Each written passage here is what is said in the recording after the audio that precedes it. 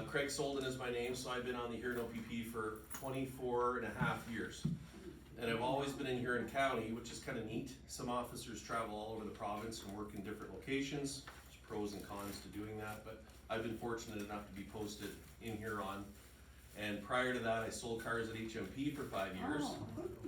And I worked for the Hamather family before that for another 6 years. So I worked for the Hamathers for 11, and then I finally got on the OPP, and I've been on 24 and a half years. So anyway, yeah, I know I look really young. So it's hard even to from the Exeter area. Are you? Yep. So my parents still live in Exeter. So I first started at the Wingham office, and then I went down to Goderich to the highway detachment, then down to the Exeter detachment, back up to the Goderich detachment, and then we built the new office in Clinton. So I've been all over the county. So anyway, this role that I do now is, it includes media relations. So I do radio interviews, TV interviews, all the media releases that you see from the Huron OPP, I put those out there and then the media partners pick them up. So anything in the newspapers or TV that you see, I'm putting that information out there in a certain way to make sure the public's informed of what we're doing, good and bad. And then I also do the Twitter, Instagram, and some Facebook posts as well. Just things that we need the public's help from, information, good things that we're doing. The torch run yesterday, there's all kinds of good stuff that we're doing, and I want to showcase the hard work of our officers. So I'm doing that role now, but prior to this, I was out on the road taking calls for service for a long time, 23, 24 years almost, doing night shifts and day shifts and night shifts and day shifts, and it takes a toll on you after a while. So this is a straight day shift job, which is exciting for me. I've never had that before, since I sold cars. So thanks for having me today, and the reason I've been asked here to come here today is to talk to you about frauds and scams. Obviously, you know that's the topic. I've done quite a few of these presentations. I'm going to bring up my little PowerPoint. If you could bring up the little black book of scams, we'll talk about that one. Thanks, Sean. It's nice to, I've never had an assistant. Well, partner. We'll say assistant because then. But this PowerPoint is more of a guideline for me, although I've done this so many times. But the Anti-Fraud Center, the Canadian Anti-Fraud Center, I'm going to refer to them a lot today. They put out publications such as this. This is the little black book of scams. This book I'll leave here afterwards. So everything that we talk about today is in here. And I could talk for hours and hours and hours about frauds and scams because there's so many different types. But today, given our time limit, and I want to talk about the ones that you may encounter. That's the most important thing, is what might you come across in Huron County. The ones we're finding more commonly now. And those are going to be the emergency grandparent scam, that one. We're going to talk about that one, and I'll give you a couple examples. We're going to talk about the romance scam, right? These fake relationships where people profess their love and they want you to send them money, and they're always coming to you, but they never get there, right? We're going to talk about that one too, the romance scam, and then we're going to talk about some bank type frauds, just financial bank schemes. Different types, all kinds of different types. I brought some examples from our office. And then the other one is the lottery scam. You know, you won the lottery, Publishers Clearinghouse, but you never entered it, but you won it. Yeah. We need, you need to send us $150,000, and then we'll give you $2.5 million in a new car.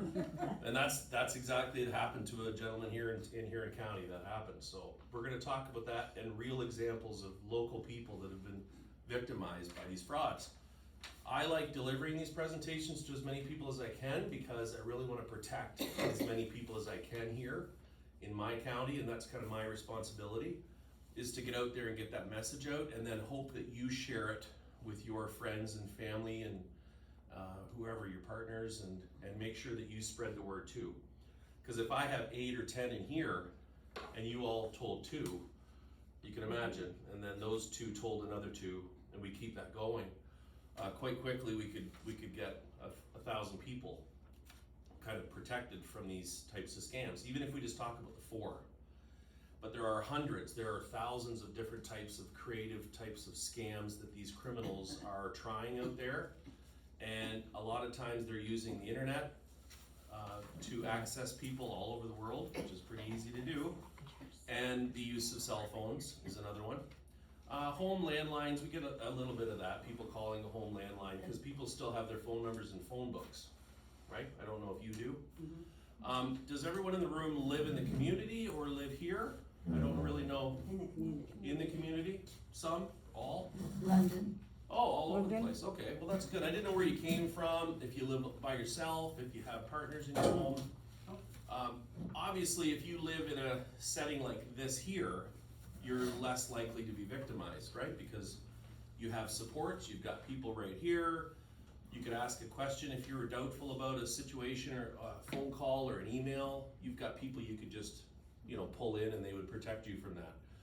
But if you live alone, or even if you don't live alone, even if you just live with your husband or wife or your partner, and something comes along, a phone call, an email that you're not sure of, you really don't have anyone to ask about that. And sometimes it's easy just to click on a link or to press 1 or to say yes, right? Or allow someone into your home if you're not sure.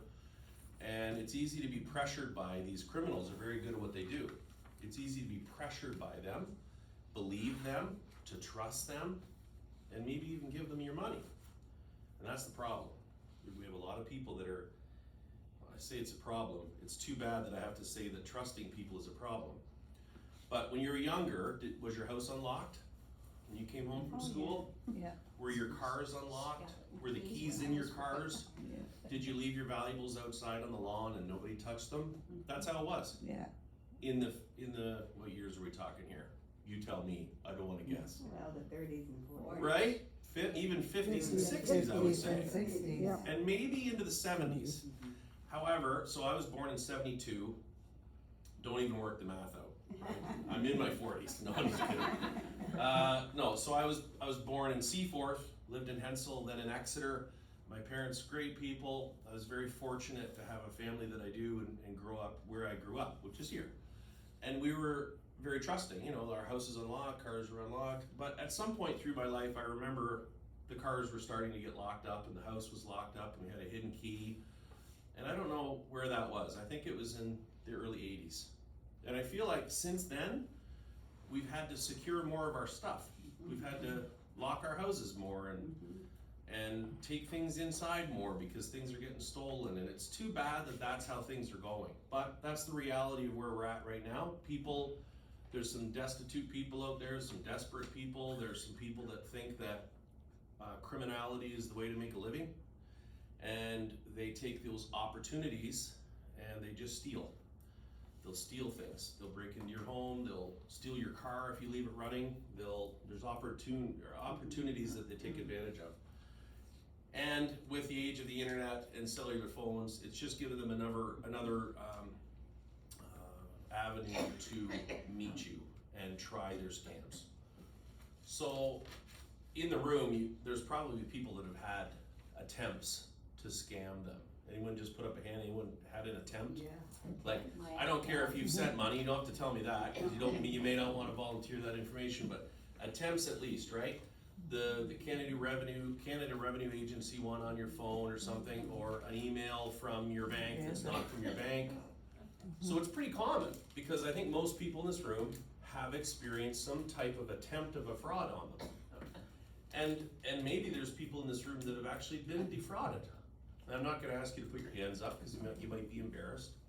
I don't expect you to say, hey, I lost $100,000 last week. Unless you want to tell that story. Did you have something to add there? Yeah, I actually had a phone call, and it was from, what was Amazon? No, I forget what it was from. Anyways, they said they figured it all out.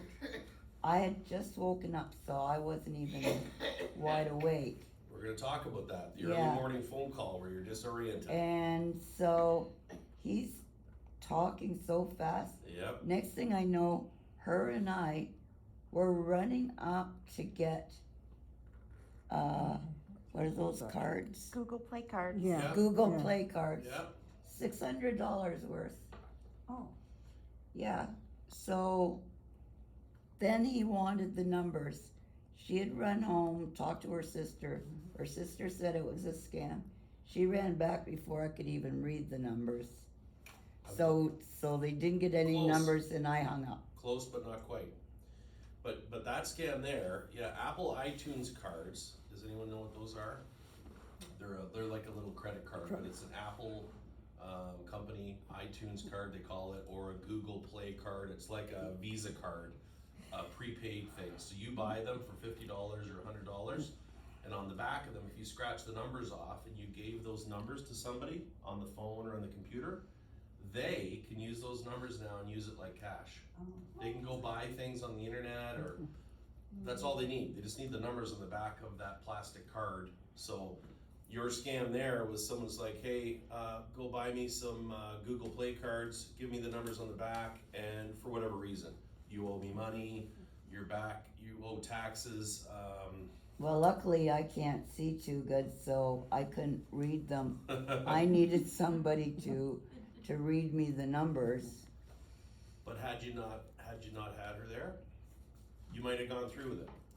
I might have tried, but Yeah. I probably would have given them the wrong numbers. Right, so whatever their scam is, one of the methods of payment to them is this way, is the Google Play cards, the iTunes cards, wire transfers through Western Union, for example, money orders, certified checks, cash through FedEx. There's many ways that they'll ask you to send them money for whatever the reason is. We're gonna talk about that a little bit. I appreciate your example. I like that when people give an example of what happened to them, because we can blend that into the conversation today. And everyone's got their own experiences, right? There's what I'm glad that you didn't get victimized, but it was close. Yeah. That close. Oh yeah. Very And all you close. had to do is give those numbers, and your money that you bought those cards, gone. They're no Yeah. longer any good for you. They'll go buy something and have it shipped to them. I lost them anyways. You lost them. So you bought them and then lost them. Nobody got to use them. They're somewhere in the bedroom. So she lost money, but not to a criminal. When you go home tonight, go looking for them, okay? They're still probably good. They might expire in a year though, so you never know. Oh, it's been over a year. So has anyone heard, let's start off with the grandparent scam, the emergency grandparent scam. Has anyone heard of that one yet? Has everyone heard of it? Okay, which is good, because some people have never heard of it, right? And you can imagine if you've never heard of that scam, and I'll give you an example of a lady that was local here. I hope she's not in the room. And I can't say names or any real details because I wouldn't wanna victimize her any further. Someone might know her, and I shouldn't even say her, I should say them. But now that I've said it's a lady, too late. So a phone call comes in to this lady's house, and the person on the phone pretended to be an RCMP officer. Maybe you read this in the news already. This happened in late March, right in Huron County. And they said, Constable so-and-so with the RCMP, it was a female officer, says, we've got your grandson, and I'm just gonna use the word, the name Tyson, not the real name, okay? But for this purpose, Tyson is in jail. Your grandson Tyson is in jail. Now this lady actually had a grandson named Tyson, or whatever his name was. So she immediately thinks this is real, because you've got my phone number, you know my name, and now you know my grandson's name. So you can see how this is believable. So she's on the phone, and I don't know what time of day this call came in, but usually they call in the morning when you're a little groggy, when you're not, you know what I mean? You wake up and you're like, whew, I need a coffee, right around then. So the fraud is this, your grandson's in jail, he was in a car crash, he's not injured, however, the police found a loaded gun and 15 pounds of marijuana in the vehicle, and as a result, he's been put in jail and he's up for a bail hearing today. And if you'd like him to get out, now he doesn't want his parents to find out about this, he's asked me to call you. He doesn't want his parents to know about this, he's gonna sort that out later, but, you know, call grandma, right? So right away now, you can see how they're isolating the next phone call to the parents to verify if this is true or not, right? So grandma on the phone says, okay, what do you need from me? And they said, well, we need you to send money for the bail so that he gets out of jail. Well, how much do you need? $8,000. Now, most people, now you have to remember, most people would say this is this is not true. I'm gonna hang up the phone and verify that Tyson's okay, right? Most people we can easily say that in this room, because we know what happens next. But you have to put yourself in the person's shoes that this seems like a pretty real call, right? And this person doesn't know how court works. They don't know if you put cash in for bail or not. They just don't know. So anyway, they went and got $8,000 cash out of the bank, and their instructions were to FedEx this cash to a certain address. Okay, so she went and did that, $8,000. She went and arranged for a FedEx delivery, wherever you get your FedEx deliveries, and she sent the $8,000 off. So she doesn't so this happens over the course of the day, probably the next day. Now, once the fraudsters have received the $8,000 at the address, wherever it was out of town, somewhere near Cambridge or over in the city. Once the fraudster or fraudster's partner received the cash, now what do they think? We got one on the line, right? We've got her believing this. So we've got $8,000 cash, let's ask for more. So the call comes back in now, RCMP officer again. Oh, and I should mention this. This phone call that initially came in pretended to be a police officer, but she also put a teenager on the line. And the teenager basically said, Grandma, you gotta help me out. I don't have any time to talk. Just give them the money, please, and I'll pay you back later. Done. No time for conversation, right? And she was thinking, that sounded like him, right? And now we've heard of things like artificial intelligence, AI, where you can mimic someone's voice. I don't know if that's what happened in that case, but I've since seen that that's being used. But anyway, even if you had a teenage boy under distress, it would probably sound like your grandson if you had 5 seconds to listen to them on the phone. So that was even more believable. The police officer, she heard who she thought was her grandson on the phone. He's in jail. If you don't pay for his bail, he's going into the general population jail. That's a dangerous place to be. You're gonna wanna get him out of there. So she sends the $8,000. They received it. Now they know that she's on the hook. So they call her back again, same constable so-and-so, we got your money, thanks for sending it in. However, the judge says he's gonna need more of a bond put down in place there to secure his appearance in the next court date, so we're gonna need another $32,000. That's what the judge says. The judge needs another 32 to make it $40,000 bail. Again, we sit here and say, that sounds silly. Why would you do that? But she believes this is real. So you know what she did? She went to the bank, got a loan for $20,000. She went to her sister and asked her sister for $12,000. So she actually brings in another person in her family. And the sister asked her, is this real? Is this legit? And the lady was so convinced that it was real that she said, yeah, this is totally real. I have an officer, I talked to him on the phone. He's in trouble, he's in jail. I have to get this done fast. So the sister loans her $12,000. So she's given 8 away, got a loan from the bank for 20, asked her sister for 12. She mustered the money together and sent it by a money order to a different address, different recipient. Now for me, there's flags popping up all over the place here. But when you're emotionally invested in this, and you truly love your grandson, and you do anything for your grandson, and there's pressure and time restrictions, and you have visions of them going to jail and getting hurt, you would do anything for them. And money, maybe not an issue. So she sent that $32,000 additional dollars off, and now she's out $40,000. And at this point, I believe this is a couple days now that have passed, and now the phone calls just stopped. There was no more phone calls coming in. She tried to call back whatever number was on the display, and it was a dead end, gone. Then she realized at that point, this is a scam. I think she made some phone calls to the family eventually once she realized she'd been duped. And they said, no, he's fine. Tyson's not in jail. He's actually here or whatever, right? So she realized, there goes the money. Now, we're looking into it. I don't know if we're gonna get any charges or arrest anybody on this because there was a couple addresses that the money was sent to. Those are leads for us to follow up on. But you have to remember that they can use an address and they don't have to own the home. They could just stand in the driveway and meet the courier and just say, oh, hi FedEx, yeah, I'm expecting that delivery, thanks, my name is Bob Simpson. And they just take the package and they get in their car and they go. They don't even live there. They're using that address as a drop location. So all these things, if we can talk about, it's pretty easy to figure out a plan, right? A fraud plan.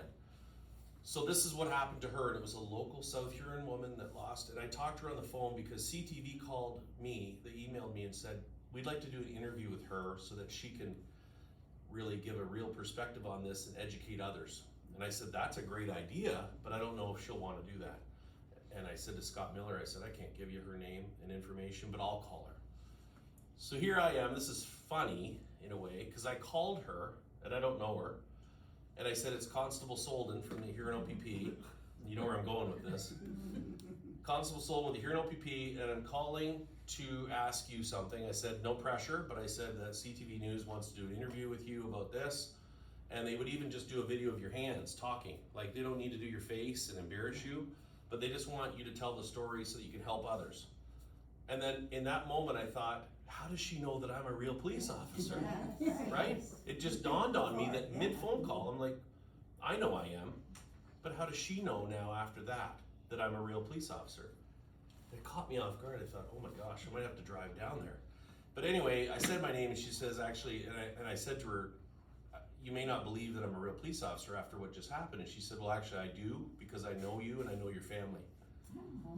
Didn't know me, but she knew of my family and my name, and she probably had seen me on something on TV. So I said, okay, well, that's good, but I can understand if you don't believe what I'm saying here. But and she was almost thinking about doing the interview, but she was going to go on vacation and just kind of de-stress. And I said, no problem. I'll tell them no. So I emailed Scott back and I said, she's not going to do it. She's had enough and doesn't want to go through this again. And he's like, no problem at all. That's fine. So that's one example. I just tell that story because it's that's the grandparent scam. That's the emergency grandparent scam. It could come across in different forms, but usually it's your family member, usually a grandchild that's injured in a crash, in jail. They need money. There's pressure. There's time restraints. You're sending this money to a stranger somewhere, and again, we sit here and say it doesn't make any sense. But again, if I asked you if you have grandkids. Most people have grandkids. How much do you love them? Is money even an issue when it comes to your grandkids if they need it? No. And I'll tell you, some people are financially very comfortable, right?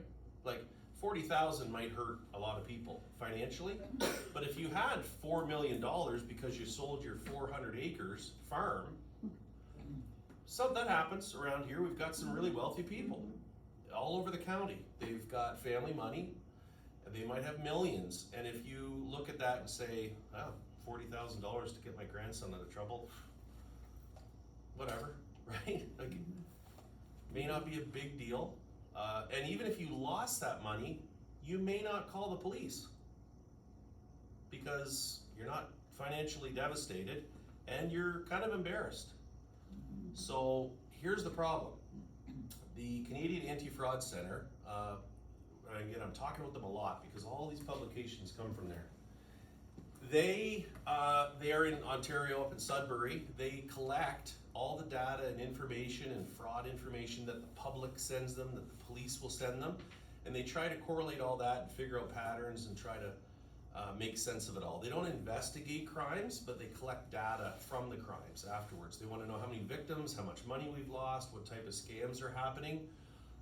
If they can put phone numbers together that are consistently being used, or emails or patterns, they could give that back to the police agency and say, hey, yours is linked to these 420 other ones, and it's all in Hamilton. So maybe we'll feed that information back to the Hamilton police and they can work on something with their crime unit. See how that works? But here's the thing. People aren't reporting all of these frauds and scams to the Anti-Fraud Centre. They estimate that only 5 or 10% of all frauds are reported. Only 5 or 10%. And here's the number I'm going to throw at you. In 2022, they believe that Canadians lost approximately $560 million to frauds. Now that's 5 to 10% of the actual number. Think about that. If we just say 500 million even, Canadian, and that's 5 or 10% of the actual number that was lost in 1 year, across Canada. Add another 90% onto that, right? It's billions of dollars per year just from Canadians, let alone Americans or Europeans or whoever else they're scamming. Yeah. So, you know, sometimes I know near Christmas time, you get a lot of emails and text messages and telephone calls. Should we be reporting every single thing that we get? To the anti-fraud center, you could if you wanted to. So we don't want you to call the police for every attempt. Right. But if you've been victimized, absolutely call the police, because we want to know about it. We want to know if we can help you. We want to know if we can investigate that, solve it, get your money back, charge the criminals. That's what we would try to do. It's difficult to track all these people down because they're elusive. They use phone numbers for one day, they use an email to change it, addresses that don't exist, P.O. box numbers. Did you have a question? Yeah, when you do the people get their money back? Like, Not often. No? Not often. These are international rings too. So there are local scams, there are scams from Quebec. We've actually charged a couple people. We work with Quebec police, and the odd time we'll get charges and figure out who did what.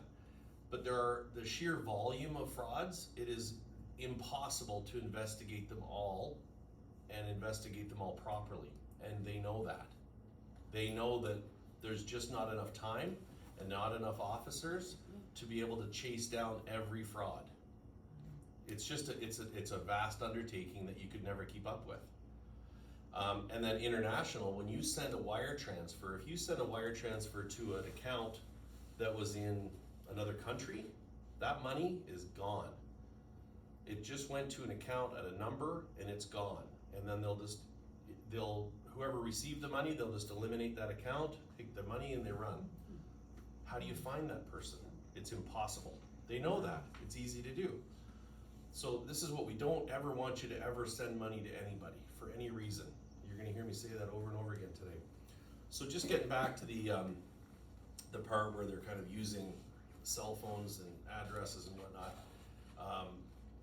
Where was I? Sorry. I'm not gonna blame you, but I was on a track there. Sorry. And I don't want people to stop. No, what I'm saying is, where was I, Sean? I was on a roll there.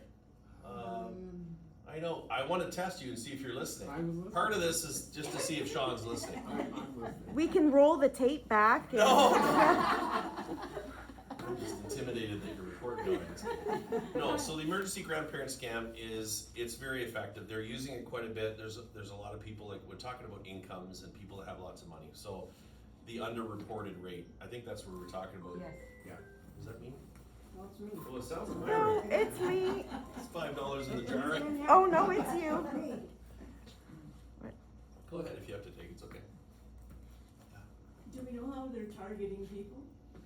Yes, so, how they get phone numbers? Yeah, Okay. like, how did they know that, what her grandson's name was? Yeah, right, okay, You know, that's good a lot. question. Yeah, and I was gonna get into that, No, I but I'm didn't glad want- you cued me okay, I thought because maybe that's where you were headed. I had many directions. I I get distracted easily.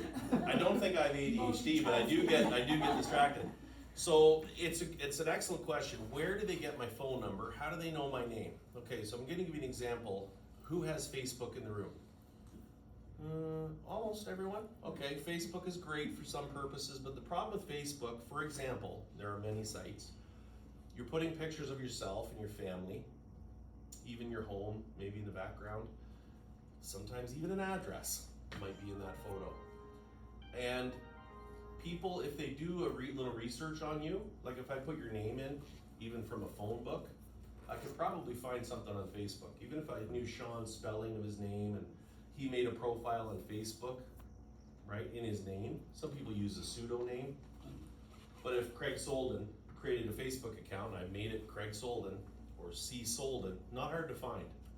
And if I didn't set my privacy settings to private, where just my friends and family could see my profile, if I left it open for a public account, then anyone in the world could see my photos and my information. So if let's say you put some photos on there with you and your grandson, for example, at graduation. I'm so proud of my grandson Tyson, who graduated from high school last week. right?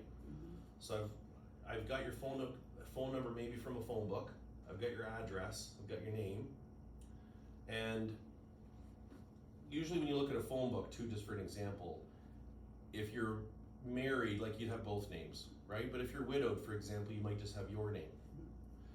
An obituary, another treasure trove of information. We're going to talk about that one with the romance scam, which I'll talk about next. But an obituary, you could gain some information too. So and so is a widow of so and so who just passed away, survived by son, daughter, grandson, all the names, right? It's morbid to think that people hunt through obituaries to get information, but they do. These are criminals, and they just want money. Well, they used to rob your house when you were at the funeral, but. Right, that's now- happened before, yeah, but that's how low they'll go, but that's how they get some of their information. Here's another way. Criminals that work at places like Bell Mobility, Rogers, they'll print off or download thousands and thousands of phone numbers and sell them to their criminal buddies. And that criminal buddy will try their fraud with all those numbers. Well, I'm done with those. Sells them over to that buddy to try their fraud. Do you see how this goes?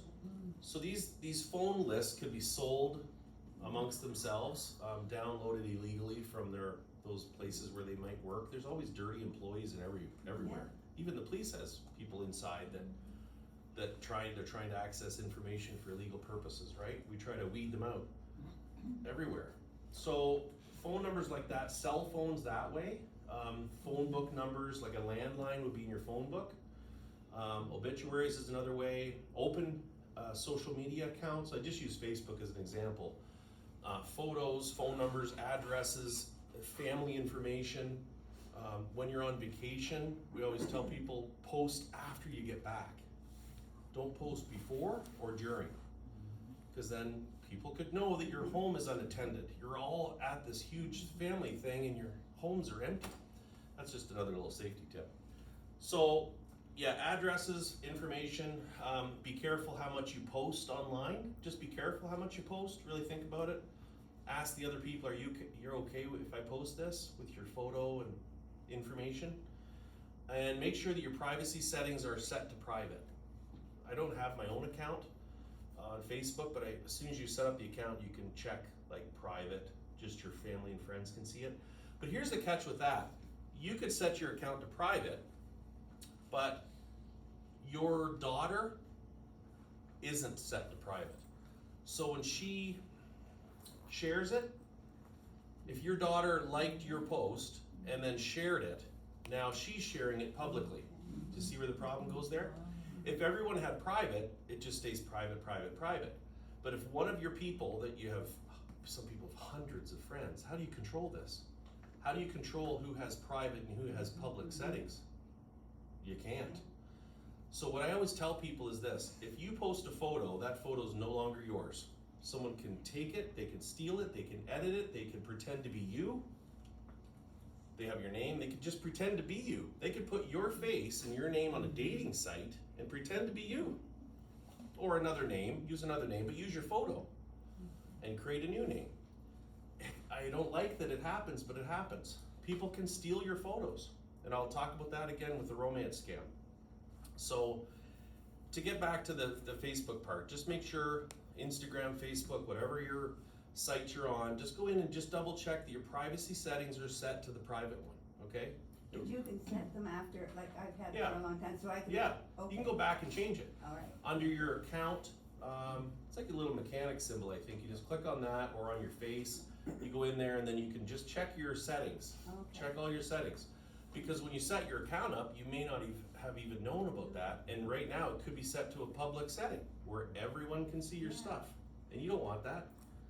The whole world doesn't need to see your pictures of your vacation. Yeah. What about those of us that have this and haven't a clue what we're doing? Well, Yeah, that's. this is what I'm talking about. You didn't grow up in the age of computers, nor did my parents. They're not that great on them. And in fact, they're not that great on cell phones. They're trying, but you know, they're in their 70s and 80s and they're trying their best. But it's hard. Technology is kind of hard to learn when you're older. Even Certainly now, is. even now, like if I miss something at work, if I don't do a certain job for a couple months, I get behind. I get a little bit rusty and I don't know where to find those files. Like you get really quickly behind on tech. So I'm not a tech expert or anything, but I can tell you that if you don't know what you're doing, and if I haven't given you the information, find someone in your family that's really good on computers and have them take a look. And just, if it's your son or whoever, grandson, they're usually, the kids are really good, right? Yeah. Bring them in and say, can you look at my Facebook account and tell me how to set my settings up, please? Cause I didn't, like I might be on public profile. And they'll be like, oh yeah, that's no problem, grandma. Boom, boom, boom, boom, boom, private, done. Right? It's that easy. Or your cell phone, you know, like, just, you know, how do I do this? How do I do that? Like, it's just something, they're really cool devices, but if you don't know what you're doing, you could be putting things out there that you don't want out there. So, and then there's antivirus software and all those things you can pay for, like Norton antivirus or VPN. I don't know which one's the best one. I don't know what you need. I don't know if you run a business out of your home or if it's just personal use. But you can consult with people that can help you with that. Might be worth a little bit per month to make sure your computer's secure, so that spam crap isn't coming into your computer, right? I have a question. Yeah. You're only allowed one, so That's all I fire need. away. On my computer, a couple of weeks ago, I had a message. How are you doing anyway?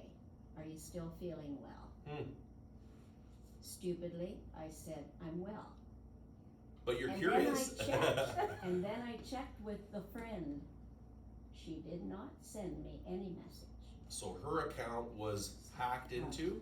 Yeah. This happens once in a I while. called her because I was concerned about that. Right, and she said my account's been compromised, Yeah, probably. yeah. Somehow they can go in and hack into an account. Maybe their password wasn't very secure. Someone was able to enter into their site and pretend to be them, pretend to be your friend. And through that method, they're gonna contact all of her friends and maybe try a scam. Because you trust your friend. Yes, So if your friend said to you, sorry, what's your first name? Marilyn. Marilyn, I'm in a pinch financially, I can't make my rent this month, you're good friends, could you loan me $1,000 please? And you could just send it to me in the Apple iTunes cards. If you could just go uptown and buy them and when I get some more money, I'll reimburse you. You would help your friend. If it came from her, you would believe it's her. But what I say is stop. Why is someone asking me for money? You wanna verify that yourself, okay? Don't just trust that's a true message. That's when you wanna make a phone call or email them on their email, or like I'd personally wanna talk to them. I'd say, I did. listen, I don't mind Yeah. loaning you cash, but I wanna make sure this is you because of I Craig think it Soldan's was just presentation at building Zurich up. the other day. I felt it was building up and grooming me for something, so I Right. didn't, And if you sent a little bit of money, then the next will be a bigger ask. yeah. And the next will be a bigger ask. And I'm gonna tell you about two examples that I investigated locally with the romance scam where they kept going all the way. One lady lost 72,000, the other one lost 36,000. We have a lady in northern Huron County that gave away $800,000 to a romance scam. Just a minute. I wish I had that much. 2 or 3 years ago, that happened. I'd have a better way of using it. Isn't that something? Unreal. 800 grand. That would wipe out most people. I don't know how much they had. Anyway, it's gone. Couldn't get it all, couldn't get any of it back. Wire transfers. We'll talk about that in a sec. So just talking about your accounts, privacy settings, be careful what you post. Like I always tell kids, I go to the schools and I say, hey kids, when you're posting something, a selfie, what's in the background? Is the Seaforth Water Tower in the background? Is your public school in the background? Is your house in the background with your ad? Do you know what I mean? Because kids get abducted. There's predators out there that will look at your photos and they figure out where you live, where you go to school, that you play hockey, right? And then they'll introduce themselves as a young person, put a photo there, a young handsome boy, start a relationship, meet me at the park Friday night at 7, don't tell your parents, just you and I, secret, and they get abducted. Happens. So anyway, this is the too much information piece. Do we have to put all this stuff online? Really, who's seeing it, right? You just want your friends and family to see it, so keep it really limited. Enough about that. the emergency grandparent scam, any questions on that one before we move on to the romance scam? It's kind of an interesting one. These are all very similar in nature, okay? All about getting your money. It's just how. It's the different creative ways that they get your money. This is all about money. The only other thing that might be different is if they want your identity, like your social insurance number, your banking information. But at the end of the day, most of that is pretending to be you to make a purchase, accessing your banking to get money. Really, it all comes down to getting your money, right? And I don't want anyone here to lose $1 to criminals. Do you want to give your money away to criminals? No. But yet it happens every day. It happens, yeah. I just wanted to mention, I have a friend who was scammed because she changed her email address. So she called Amazon to give them her new email address, and they actually asked all her banking information. Oh. Oh dear. And she gave Which it. no one would ever ask of you. No. Yeah. We know And that. She literally gave it, and they took all she had was 600 in her account, and they took it. A young, when I say young, 40-year-old gentleman from outside Bayfield got a call from CIBC or RBC. When I say call from them, it wasn't them. Someone pretending to be management at the bank that he dealt with. And this manager of the bank said, yeah, there's been some activity at our bank. We're trying to kind of get things cleaned up a little bit. We just want to verify some information. We realize you bank with us. Could you just verify your account numbers for me so I can just cross-reference that, you know? And if you're good on the phone, if you do this every day as a scammer, you're gonna be very good. And it was a female, so that's even better. I feel like scammers, you expect them to be male, right? You're like, oh yeah, that guy. But when you get a female calling you, it's like, you know what? That might be legit, right? Wouldn't you agree? That you're gonna believe a female on the phone Yeah. to be less scammy than a male. I think that's the way it is. That's the truth. So this guy believed that this female was a bank manager and just needed to verify. So then he gave his account number, said, yeah, this my line of credit is this number. Next thing you know, they took out $15,000 from his line of credit account. And it just got transferred somewhere, gone. He didn't realize it for like 2 days. And then he called us. Yeah. Embarrassing. I got a call the other day. I gave out my banking information. 2 days later, I checked my bank account and I'm out 15 grand. Where did it go? Right now, it's up to us to try to track it, find it. How? Like, we don't have 1,000 detective constables that work at the Huron detachment, right? The OPP is a great organization. We've got some great investigators, but we've only got a certain number, and they're only going to do the biggest cases. You know, 15,000 is a lot, but if someone lost 100,000, I could tell you stories. There's a gentleman that just lost $600,000 up in Howick Township. So they're working on that case because that old fella's out 600 grand. So they can't stop and say, well, we'll look after your $15,000 one because you gave out your bank account information. Like, and we can't make people feel silly, and we're not going to judge them and say you shouldn't have done that. We all know you shouldn't have done that. But he got tricked. But at least they had the courage to call and report it. We need to know that information. We need to know how, why, when, and who. Even if we can't get your money back, we still need to know that information. And we or you should report that to the Canadian Anti-Fraud Center so that they can put it all together like a puzzle. They're the puzzle people. So anyway, it's just mind-blowing how much these criminals are making internationally. It's in the billions of dollars every year. It's so lucrative. There's people doing it all over the place. And like I say, I like to go around and try to protect people as much as I can. So the romance scam, let me get into this one. Okay, so this happens, the demographic would be usually elderly women. It happens to men also, but I found that in my experience, most victims that I'm aware of are women that are older, that are usually widowed, that usually have some money, and usually they actually live alone. I don't know how they find them, but if I knocked on 100 doors, right, with my scams, how many are gonna open? 2? And if those 2 doors, those people believed my scam and they each gave me $200,000, it's pretty successful. Even though I only got 2 doors open out of 100 knocks, I still got 400 grand from those 2 victims. This is how they do it. So most of us will say, this is a scam, hang up. But there's a couple people that listen and they believe. And that's who they're looking for. Not gonna be us though, right? So, the romance scam. So years ago, I'll tell you 2 quick cases. 2 ladies, both widowed. They were on dating sites because they were lonely and I think they wanted to have some company, a companion. And there are websites, like apps that you can go into. And I know there's one called Silver Singles, if anyone ever needs to go on that one. That's a real site, it's called Silver Singles. Now, here's the thing. Most people I would like to think on that site are legitimate people looking for relationships or friendship or whatever, right? We know that. But guess who else is intermixed in there? These fraudsters. They're putting photos of other people on there, not themselves. They just steal a photo. You okay? Do you want some water? No, I'm fine. I'm fine, thank you. No problem.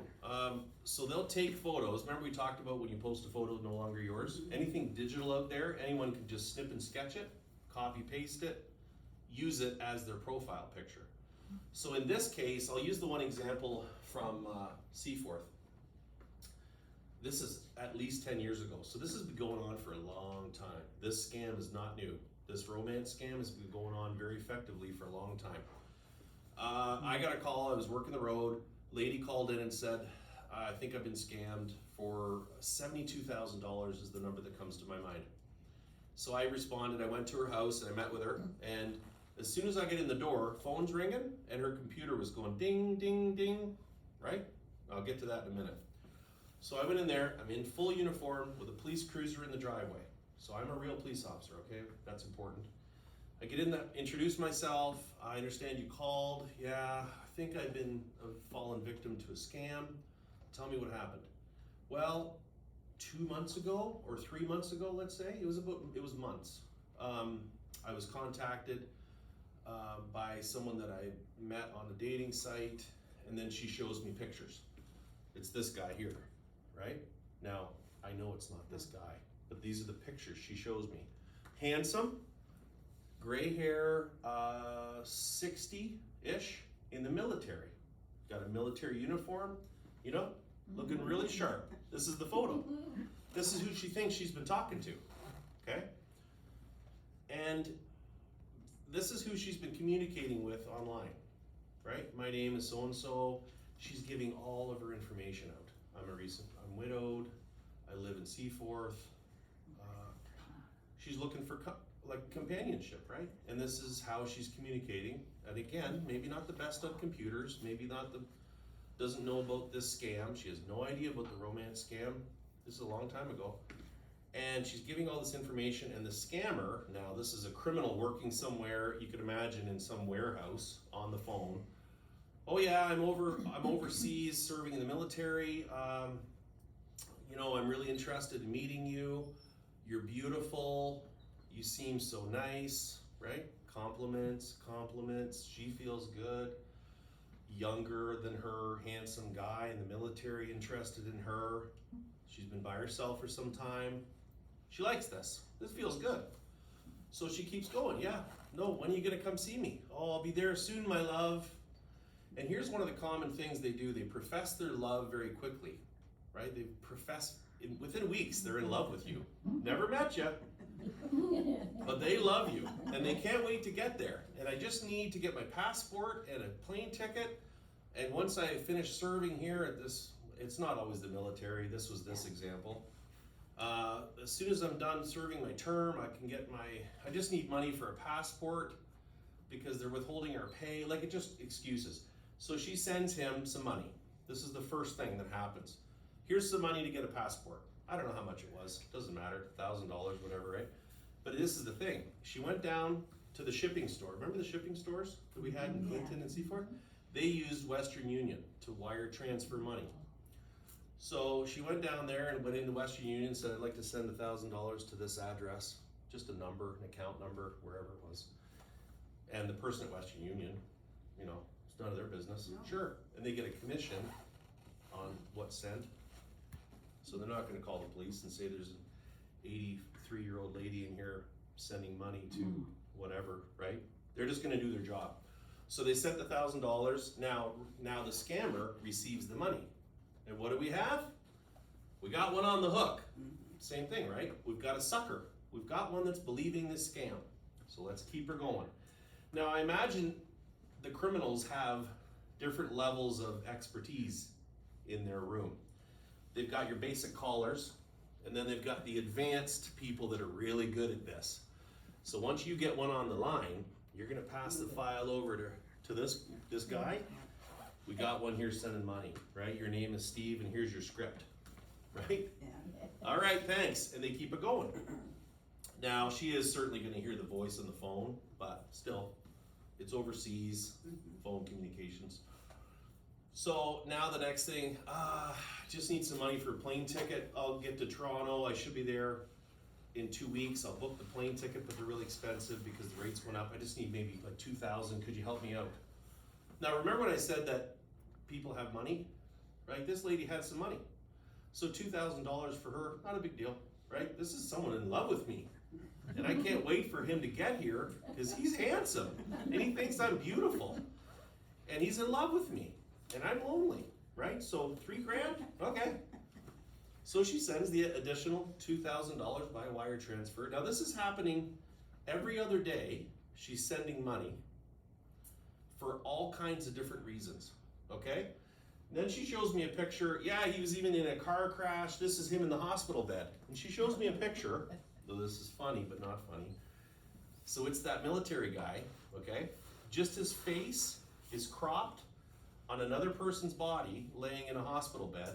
No. And the head is bigger than the body. And I immediately saw that, and I'm like, whatever her name was, I said, that's not a real photo. I said, that's been cropped. And she didn't even know what that meant, cropped, right? But I said, they took someone else's head, like that military guy's head, and they pasted it on this body, and here's the guy in the hospital bed. Now, if you're injured in a hospital bed from a car crash, without a scrape on you, and you're that happy, you're probably not injured. So I'm trying to convince her that this isn't real, and she won't believe me. Like I said, I'm a police officer in full uniform. You called me, there's my car, and you won't believe me when I tell you that that's not the actual guy you're talking to. That photo isn't real. It's been cropped and edited. She wouldn't believe me. She goes, no, that's him. I said, no, it isn't, right? And again, I'm trying not to judge. I'm trying not to like force it on her. Like she has to start believing it herself. But she wouldn't believe me. It is frustrating when you're telling someone the truth in uniform. It's like you just stand here like, whatever, Craig, we don't believe anything you're saying. I'm telling you the truth, but she wouldn't believe me. Now the phone's ringing and the computer's dinging. The little ding when she gets an email. They're working her while I'm there. So as I get talking to her, I said, how long has this been going on for? She said, like 2 months, 3 months. You're sending money every other day? She's like, yeah, roughly. How much have you sent? And she says, 72,000? And she goes, I only called because I'm out of money. And here's the thing, she was working, and I won't say where, she had a good job. She was off work on stress leave because she wasn't sleeping, because she was answering the computer and the phone calls all night, all day, all night, all day. And she was on medication to help her along with this, and she wasn't sleeping. And she was giving her money away. Isn't that something? And I'm standing in there, I couldn't believe it. It was the first time that I've actually ever really talked to someone who had been a victim to this. And she really had been convinced, so certainly, that this was real. That this person was in love with her, he was coming here, that's him for sure in those photos. And she only called the police, and she was even hesitant to do that because she'd just run out of money. She had no more money, and they kept asking her for more. So I was actually kind of angry at these criminals. So I answered the phone right there in front of her, and I said, this will make her believe me. And I basically yelled at him. I said, this is the police? And I said, you stop calling her right now. She's giving you all this money. You're a criminal and you're a thief and you're whatever I said. You know, I was trying to be professional but angry. And then you could hear the guy with an accent on the other line. Oh, you know. I'm thinking he even has an accent, and the person in this photo's like a white British male. Yeah. Oh, But she believed the whole thing to be real. So then I hang up the phone on this criminal, and I'm sure the emails kept coming, and I said to her, listen, like, I'll do my best to track this as best I can, but I don't think I'm gonna have any luck getting your money back because you've wire transferred it. It's like giving cash to someone and they just run away. You can't trace it. Like, it's gone because these account numbers are just temporary. It's a recipient landing spot for your money, and then they just disappear. It could be anywhere. The money could have been sent to Africa. The money could have been sent to Britain. I have no idea. And then I'm also frustrated at Western Union for letting an elderly lady walk in there every other day and send $72,000 over the course of 3 months. Do you think that's right? Doesn't No. make sense. It doesn't make sense, Terrible. but when you remember that Western Union makes money, or the company, the store, makes a little bit of a percentage on what's, Transaction. right. They get paid based on these transfers. But morally, someone should have said, hey, Mabel, this is your 4th time in here in a week, and you're sending money to an address in Africa. Do you think this might be a scam? Now you might be saying, none of your business, because this is my boyfriend and he loves me and he's coming to see me. Which she probably would have said. But at least she could have tried. And you know what that employee could have done? Was called the police and said, I need you to come in and talk to this lady because I'm sure she's a victim of fraud. And I hope that more people do that now. We're finding that the banks will give us a call sometimes and they're saying you need to come in here because they've got a vulnerable person that's sending money routinely and someone picks up on it and they go, that's not right, right? I'm glad that that's happening now, but like I said, this was years ago. So, similar circumstance outside Goderich. I met a lady. The difference in this story is that she reported losing $6,000, and I went out to her house. This is now my 2nd investigation like this, and I'm a pretty personable guy. I sat down and I said, listen, it takes a lot of courage to call the police. It's embarrassing that you lost this money. I just had a case over in Seaforth where a lady lost $72,000. I'm telling her this, basics, right? And she says, well, I got something to tell you. And I go, what? She goes, it's like 32,000. So she only told me 6 initially, embarrassing. But then once she trusted me, and there was a worse case, then she told me, oh, 32,000, I think is what she told me. And I said, all right, is that it? She said, yeah, I think that's it. Same thing, website, relationship, I love you, coming to see you, I never get there, reason after reason after reason. My car broke down, my passport, the flight's canceled, whatever, right? Oh, they pulled me in for another tour, I gotta go back in the military. So reason after reason, end goal, get as much money as they can from you until you figure them out or you're out of money. They just drain you dry. And that lady in Seaforth, they drained her dry. She was on medications, off work, had no money left, and she was a widow. She had her house, that was the only thing left she had for equity. Her capital. Isn't that a sad story? Yeah. So I offered her victim services, I left, anyway, that story, both of them, I had victim services, I handed them off to support them further, because once I leave, you know, they're there alone with no money. And I can't stay there forever, so I get victim services to help them with the next steps, counseling, financial planning, whatever. So those are just 2 cases that I've investigated. We have 70 officers in our building, 80 now, and I'm going back 10 years. So you can imagine how many frauds. Just this year, about a month ago, I printed off some numbers. We've already had 82 frauds reported this year. That was up to the end of April. So in 4 months, 82 frauds reported. Remember, the 5 to 10% are reported. So if 82 frauds is the 10% of what actually happened out there, there's a lot more people in Huron County that have been defrauded. They're just not calling us. But we still had 82 report. Now those are different kinds of frauds. They weren't all grandparent ones. They weren't all romance ones. They could have been a marketplace thing. They bought something on Marketplace, put a deposit on it, and then the person disappeared on Facebook Marketplace. Never pay up front for your item, because it probably doesn't even exist. So, lots of frauds. That's the romance scam one in a nutshell, okay? If someone loves you really quickly and they need money from you, flag, don't send money. Now that one, I would suggest you report that to the Anti-Fraud Center when you've come across something like that. The profile name, right? Whatever site you found it on, give that information to the Anti-Fraud Center. never send any money. Now, if you don't lose any money, you don't need to call the police on that one. No. Right, they tried, they didn't get any, you don't have to call us. If you actually lose and you've been victimized, call us, call the OPP. Okay, moving on. The next one, lottery scams. I won't talk very long on this one. I'll tell you a story. It just hits home a little closer. Gentleman outside Grand Bend to Bayfield neck of the woods. This past fall was a victim to the Publishers Clearinghouse lottery. So he got an email and it said, you've won $2.5 million and a new Mercedes on the Publishers Clearinghouse. He's like, wow. He didn't even enter a contest, okay? As it turns out. But he gets information that he's won it. So, okay, that's great. And they said, well, to clear the funds, like you have to pay administrative fees, I think taxes, whatever the fees were, right? Every reason for a fee. Send us this money in this manner, transfer it, whatever he did. And then on this date, we're gonna come to your house with a huge check for the photo opportunity. And we're gonna deliver your car on a flat deck truck. He's like, wow. So it's 2 million, 2.5 million, and a car. So he sent them $157,000 Canadian of his real money ahead of time.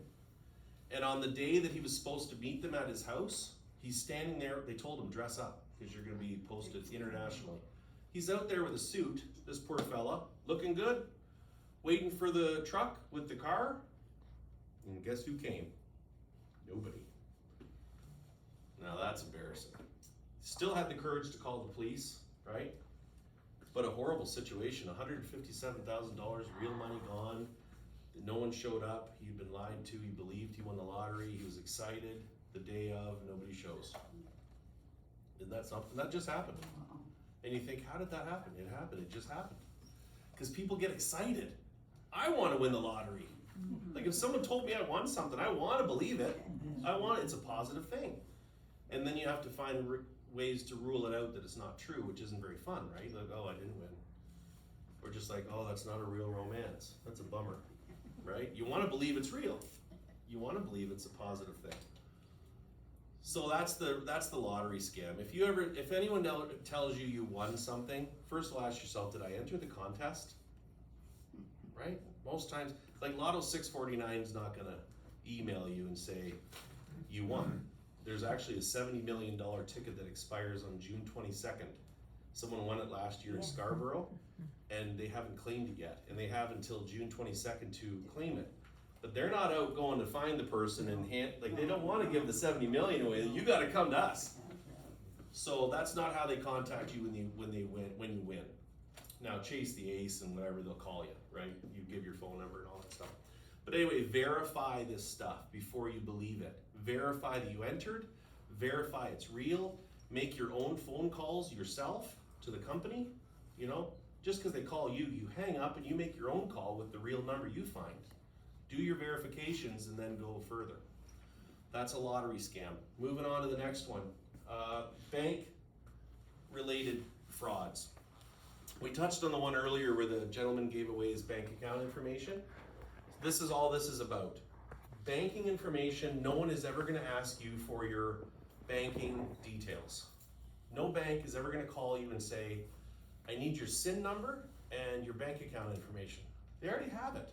Well, like the Canadian Revenue Agency already has your SIN number, and they've done your taxes for 40 years. They're not going to call you and ask you for your SIN number again, right? Or tell you that you owe them money, you're going to be deported. Have you heard about that one? People are getting I'll just sidetrack. People are getting phone calls from the Canadian Revenue Agency saying they owe $400 in back taxes, and if you don't pay it by this time today, we're going to be coming to arrest you and deport you. That's what it says. And it says, I've seen texts that say that on it, on the phone. Now we laugh because we know as residents, we've been here a long time, we know that no one's going to deport us. We live in our own country here, right? But imagine if you're a recent immigrant to Canada, and I'll tell you, there's 1 million of them last year. Our population grew by 1 million with immigrants into Canada. If an immigrant that just came here got that text or that phone call or the email, they might believe it because they're thinking, Is that how that works here? And I don't wanna get deported back to Cuba or Syria or Ukraine or whatever. I'm just gonna pay that money, that $430. Those are the doors that might open when they knock on 100, right? We're all gonna shut that door, but there's some immigrants that might pay that money. So it's just on numbers. Thousands and thousands of attempts, and a few will open up, like the 2 ladies I'm talking about, that's $100,000. The lady that was in the romance scam up by Wingham, 800 grand. And there's a lady in Asheville, Colburn, Wamanosh, 500 grand. So the banking one, getting back to that, if anyone ever asks you for your banking information, never give it to them, ever, ever, ever. You can go to the bank and go talk to someone and say, did you call me today and ask for my information? No, we did not. Or you, again, hang up the phone, you dial the number that's your local branch, talk to the manager. Did anyone call here today because they're asking for my, no, we didn't, we don't do that, okay. But people are giving that information out over the phone, and now people are accessing their account, transferring money. It's really easy to do remotely. You can do it from anywhere in the world. You don't even have to be in the same town with the internet, right? E-banking, it's pretty easy. Anyway, that's banking information. The CRA tax, when we talked about that one, no one's ever gonna ask you for personal information, SIN number, never give that out, because we're talking then about identity theft. Someone could pose to be you. They could use your credit card, your name, and go buy a car somewhere, for example, and just pretend to be you, right? If they had your name, your credit card information, all the numbers in the back and the front, they could buy a $5,000 car if you've got a $10,000 credit limit, and they drive down the road, and the salesman thought you were someone else. That happens all the time. Yep. Speaking of that, the credit cards now that you just have to tap, Mm-hmm. what is the limit that anyone can Most of them use are your card? 100, but you can increase that. I've heard of some that go to $250, but But it's only 100 they could. per get. transaction. Per transaction. Hmm. So if someone had found your card, they could go buy something and tap for $99, gas, for example, and then they go down the road and they buy alcohol for $98, tap, per transaction $100. Okay, so it's. So they could go to town for, yeah, Oh, they could use it for a long time. they could, but normally banks pick up on Do they? activity. They try. Yeah. It's not easy. You can imagine how many million transactions a day. But when there's a quick pattern of a whole bunch of usage, I think there's like things in place electronically at the banks that they have a security division, and they have a little flag pop up and say, this card is being used 7 times in Sudbury, but the card owner is from Exeter.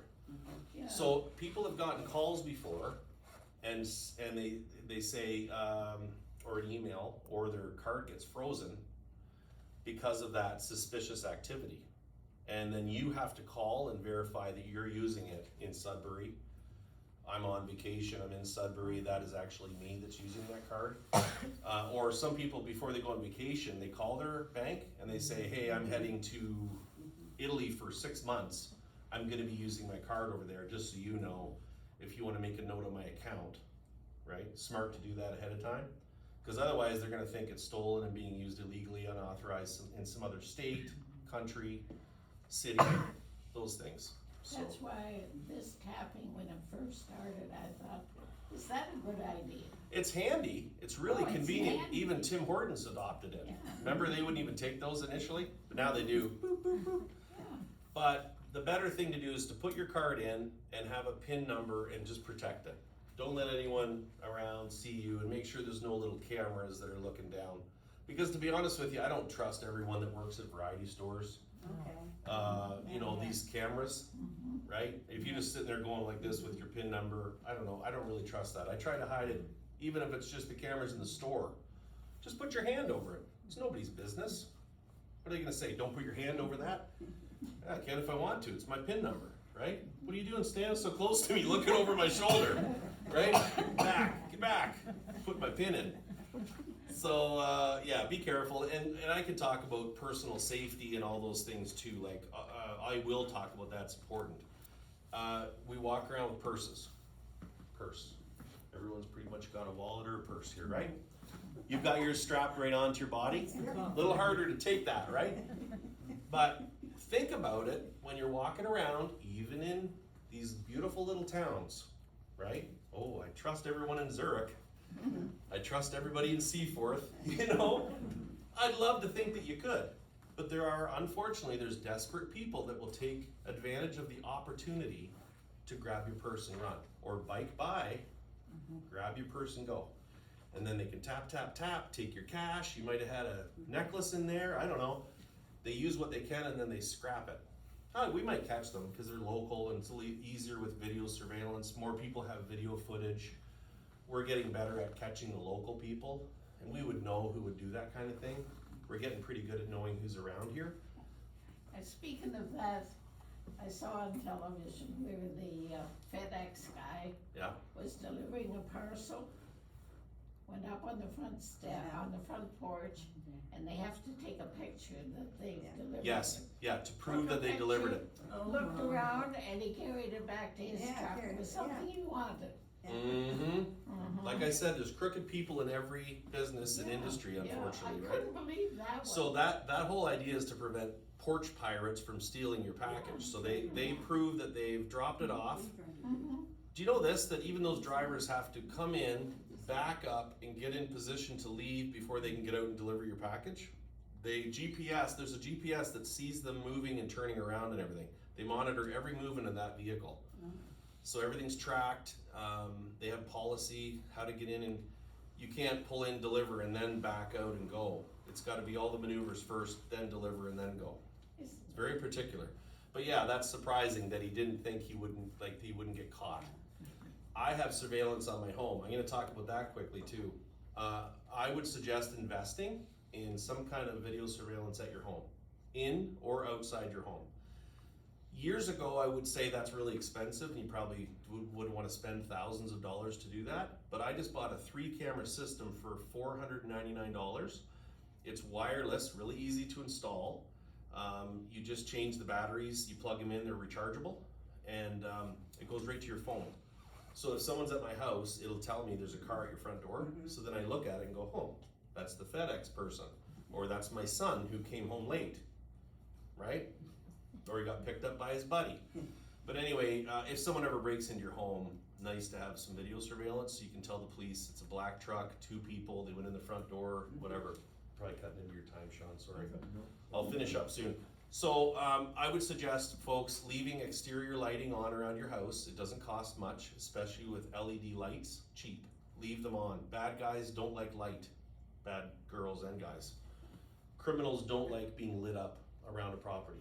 So for what it's worth, for a few cents a night, leave on your outside lights. I always thought they would think, oh, nobody's home, cause they turn No. the lights on. They operate in the darkness, in the shadows. They don't want to be seen or picked up on Okay. video. So if you light them up, their odds of getting caught are greater. People seeing them is greater. They don't like light. So Okay. darkness is how they want to operate, right? So I always, with LED lights especially, they're very inexpensive to operate. Leave a couple of those on. Always lock your windows and doors. Just all the basic stuff. Just look around. Look around when you're in a parking garage. Look around when you're in a parking lot. And be very aware of everything around you. Be aware of any potential threats. Because here's what I see, and I tell kids this. If you're walking like this, I tell kids, it's funny, because I tell them about posture first. I say, what does this look like? Right? Versus this. You know, someone that walks like this. Right? I tell kids this. Confidence and vulnerability. When you're walking like this, you just look like you're waiting to get victimized. Yeah, But if you're walking like this, you know, people are like, ooh, they're paying attention, they're confident, right? So same thing with the phones too. If you're like, oh man, someone sneaks up on you, you don't even see them coming because you're so focused on what's going on here. My point is, when you're going to your car, from your house to your house, just take a look around for a couple seconds. We call it a threat scan. Just think of a threat scan. Look around, because we do have desperate people out there. There's drug addicts, people with mental health, people that may take advantage of an opportunity. That could be your purse, that could be your car is just unlocked for a few minutes with your purse in it. If you're gonna go in the store, don't ever leave your purse in plain view, please. Just smash the window and just grab it.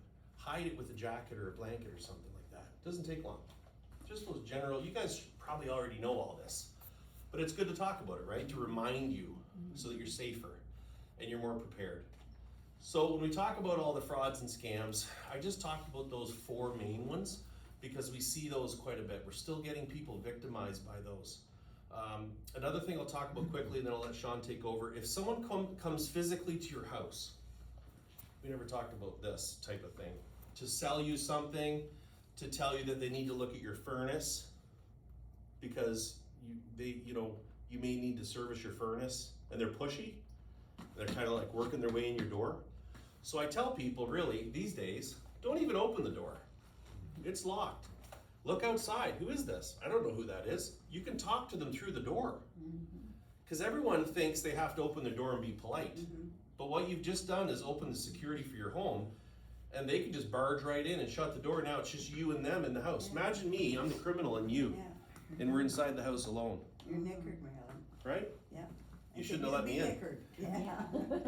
But the intimidation factor, right? You're alone, and you don't have any video surveillance, Right. and you didn't expect this to happen. It's 2 in the afternoon, but now you've got a criminal inside your house, and they've locked the door behind them. So when someone's at your door, you can talk to them through the door. Yeah, who are you, right? And if you're not comfortable with, that's your property. If you're not comfortable, you say, you know what, I'm not interested. Have a good day, and they don't leave. You just call the police. We'll deal with that person. I did have that happen once. We're probably looking for them anyway. You're really- I did, yeah, and I was grateful I had a friend over, and so when I started calling for my friend to help me as someone was trying to get in my door, then they left. Right? So they're looking for opportunities, and I'm not saying this is happening regularly, but it could happen. It could happen anywhere. I'm just saying, think about it. Do you have to open your door when you're home alone and talk to someone face to face? If you don't know who they are, like just take a look out the window pane. And if you don't know who they are, you don't have to open your door. Just say, you know what, whatever this is. My people's way up here, so I Your can't- people, you need a little ladder. That's what I say. So that's what is she's taken from I today. ask She needs a them if ladder. they'll That's- put it yes. down, and they have it way up here. But if you had a little So- stool, you could pop over the No, stool. I just say, who is it? Right. If I don't recognize the Then- person. Don't let them If you're not expecting them, what are they doing there? Although the odd time I get the police, because I'm the first one that has the name up Oh, to the number On the buzzers. on the buzzer. Yeah, we wanna get in the door. But, yeah, but you'll come around to my patio, cause I'm on the first floor, Yeah. and you have the light on and. Showing us kind that you were police Kinda officers, yeah. spooky, but it's like, okay, and then you always ask for the number, like you don't come in, you go ask for the number to come in, Right. yeah. So there's just steps you can make yourself a little safer and just be careful. And I only say this because you're very nice, trusting people. I don't wanna see you trust the wrong person. And these people use pressure tactics. Once they're inside your home, they'll say, I need to get down to your basement, check your furnace because there's been a lot of leaks in the area. We wanna make sure your furnace is good. And you're like, I don't know anything about furnaces, go ahead. But now they're in your home and they're looking to see if there's a dog, if there's video surveillance, if the jewelry is up on your chest of drawers at home. I could talk all day, but my mom puts her jewelry, or she used to, not now, but she used to put her jewelry up on top of the chest of drawers, jewelry box, all the rings and the neck, all my life. That's where it's been. So when I became a police officer, I said, I don't want, if someone breaks into your home, the first place they're going is your bedroom to take your jewelry, right? They'll just grab your pillowcase and fill it up and then they're out the door in a minute. So whenever they go on vacation, I say to my mom, I'm gonna check. I'm gonna try to find your jewelry. So she hides it. And then when they come back from vacation, she goes, did you find it? And I say, no, I didn't. But meanwhile, I didn't even look. But I just want her to hide it, right? Put it in the oven. I don't care. Put it somewhere where no one's gonna look. Right? Yeah. Put stuff in Well, my freezer. say the freezer, but I had a gentleman lose $16,000 in old money, old cash, because he kept it in the freezer in a honey, the honey tins? Yeah, Yes. yes. He kept it in one of those things, and they went in there and went to the freezer and took it, and it was all the old bills. He must Poor old have told a friend or someone. I asked him that. I actually thought it might have been his grandsons that took it, but he said, no, my family would never do that. But anyway, that's a funny story because people they think about that. Okay. So anyway, that's the emergency grandparent scam, the romance scam, a bit of bank frauds, Canadian Revenue Agency, the lottery scam. Those are kind of the main ones you're gonna see pop up. Just never give money to anybody, never go get gift cards and give those to anybody. Ask someone, call the police if you're not sure. We don't mind answering those questions. Call us and just say, is this real? We're probably gonna say, no, it isn't. Just don't send money. Thanks for letting us know, right? No problem. So that's about it. Anyway, what I'm gonna leave here for you is this. There's a bunch of these single handouts here. Frauds involving older, I'm not saying you're older. Just say adults, okay? There's a whole bunch of those. There's the one for Anti-Fraud Center, the little black book of scams. I didn't even use the PowerPoint, but it just goes through what's in this booklet. And then door threats, gift card scams, phone threats, extortion scams, know the signs, frauds, all these things. I'll just leave them all here. You can share them, leave them in the building if you want or whatever. Sorry, Sean, I'm making a mess here, but Nope. this is my pile. Hey, Any wrap-up questions before I finish? Yes. I just wanted to mention, I wanted to get a hold of Norton Antivirus. So Okay. I Googled it. And this guy answered, Norton Antivirus, so and I started to talk to him and he asked my name and he goes, what's your email address? And I goes, Why do you need that? you have my email. Like, as soon as he said that, I Right. knew it Like wasn't that. Norton. Interesting, And then but I you called tried them. a different Norton, and it's the same guy that answered. So when I finally got a hold of Norton, they have you go through, press number 1, number 2, and I finally got the right Norton, but So those fraudsters had rerouted that number to them somehow then? They spoofed the number that you called? well, no, I just went on Google and I tried a different Norton one, and it was the same Oh. guy, a different one. So and the same thing happened with Canadian Tire. There's fake Canadian Tire ones I called. See, that information, if you find that I think you should report to the Should Canadian report it. Anti-Fraud Center because they probably know about it. What if you're the first person that Yeah. finds it? To this, I never even thought Right? of that. I know, no, but that's why we need to get the word out. Yeah. So here's the last thing I'll leave with, sorry Sean for being so late, is this. You learned some information today, you probably knew some of it, but you learned a few things. Even if you just talk about those 4 or 5 frauds that I talked about today with your friends, your circle of social friends group, your family, brothers and sisters, please share some of this information with them. And even offer yourselves to be that person they can call if they're doubtful. You could say, listen, if you ever have any questions, you call me first, right? Be that person that they can contact so that you have a little network of protection. So you can look out for each other, right? Instead of just having to decide on your own. Because computers are tricky, cell phones, pressure, all those things. Have someone that you can call. You two could be your partners. If you get a funny email, call me and let's talk about that. And you know what I mean? Sort it out. Let's see if it's a fraud and we'll delete it. Or decide if we're gonna report it to the Anti-Fraud Center. And that's the website there, like going to the little Yeah, black book of scams. Yeah, the little book of scams, all of these things have it here. Where's the biggest one here that's easier to see?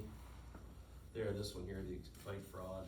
If you come up here, the Canadian Anti-Fraud Center has all the phone number, the email, all that information. Even if you type it on the computer, Canadian Anti-Fraud Center, or CAFC, it's all on there. So, yeah, you can report it with an email, or you can call them and report it to someone. But you can also find out about them. Yes, you can. Oh, They this do. is all online. Everything Yeah. I talked about and more is on the Canadian Anti-Fraud Center. Good. Go in there and read about all the different frauds and scams. You'll learn a ton. I'm just here to talk about the quickest ones that I can do in an hour-ish, right? Any questions before I let Sean? Poor guy's been waiting. Listen, thanks for listening and being here, and if you could just help me spread the word, and we'll protect more people. I just don't want to see good people losing their hard-earned money. That's at the end of the day, right? Thank you so You're much. welcome.